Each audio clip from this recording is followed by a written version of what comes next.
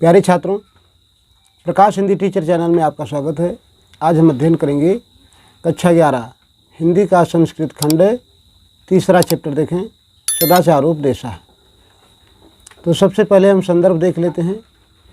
प्रस्तुत संस्कृत पद्यांश हमारी पाठ्य पुस्तक हिंदी के संस्कृत खंड के सदाचारोपदेशः नामक शीर्षक से अवतरित है। तो पहला श्लोक देखें, हिंदी अनुवाद। संगच्छध्वं संगवदध्वं संगो मनांश जानताम देवाभागम यथा पूर्वे सज्जनानाम उपास्ते।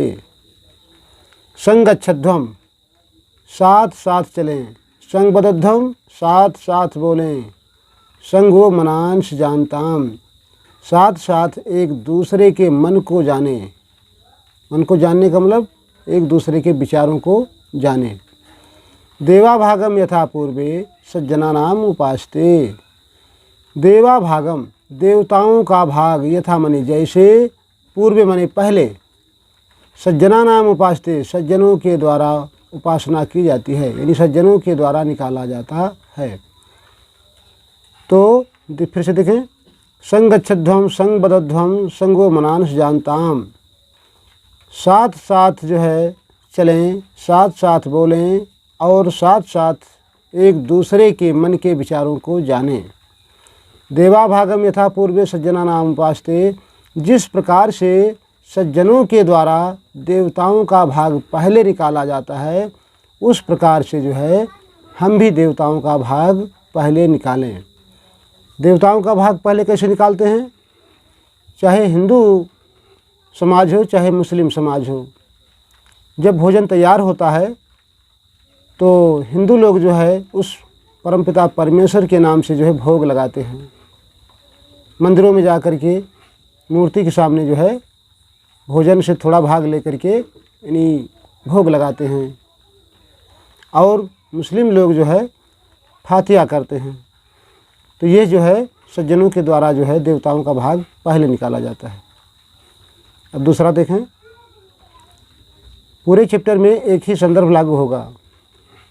दूसरा जो है श्लोक, कुर्वन्नेह कर्मणि जिजीविषेत् शतं समाः एवं त्वयि न अन्यथो अस्ति न कर्म लिप्यते नरे।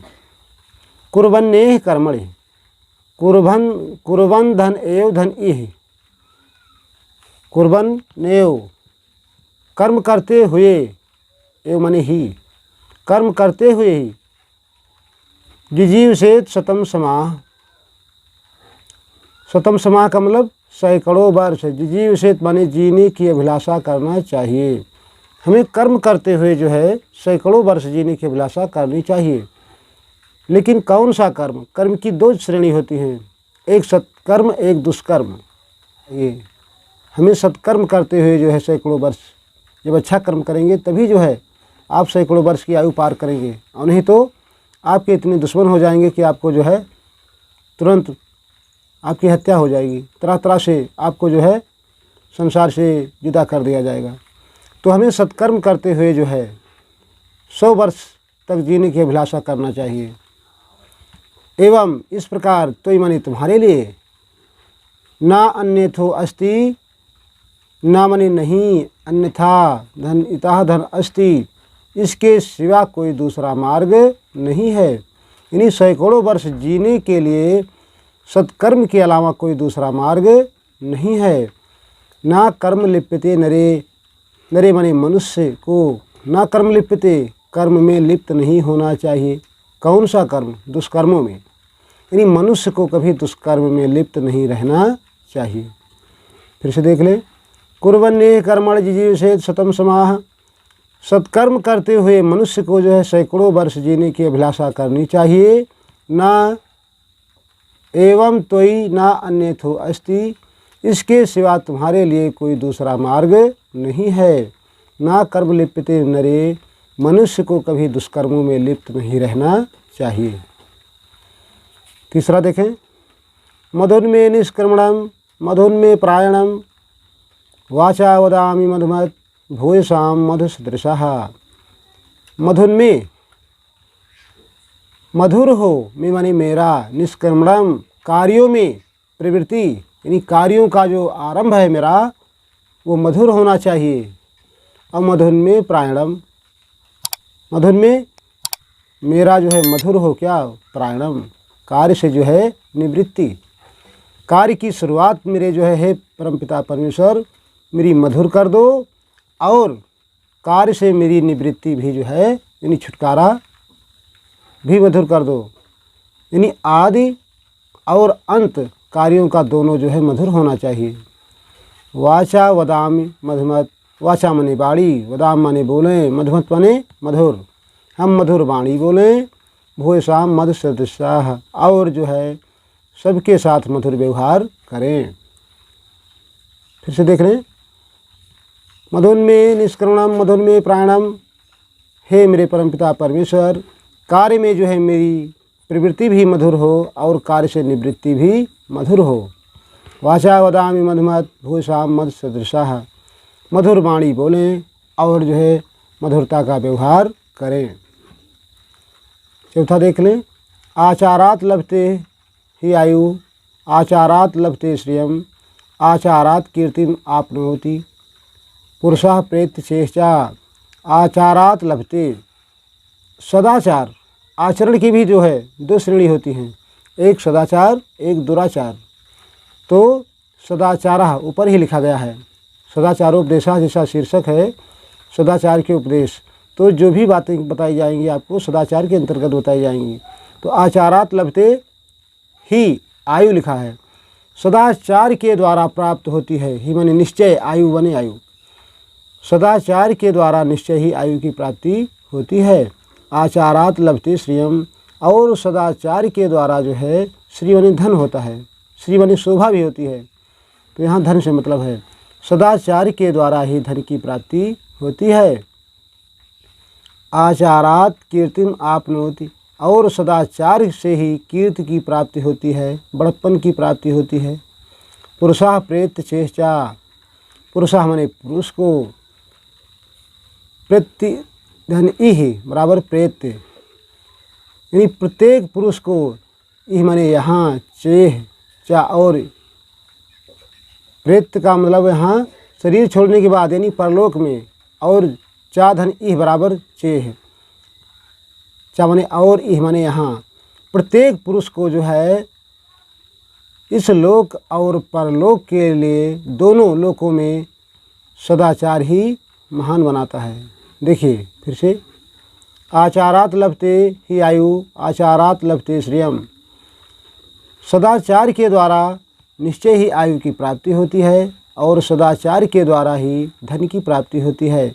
आचारात कीर्तिम आपनोति, सदाचार के द्वारा ही कीर्ति या बड़प्पन की प्राप्ति होती है। पुरुषः प्रेत्य चेष्टा, पुरुष को इस लोक और परलोक दोनों के लिए सदाचार उपयोगी होता है, ऐसा कह सकते हैं।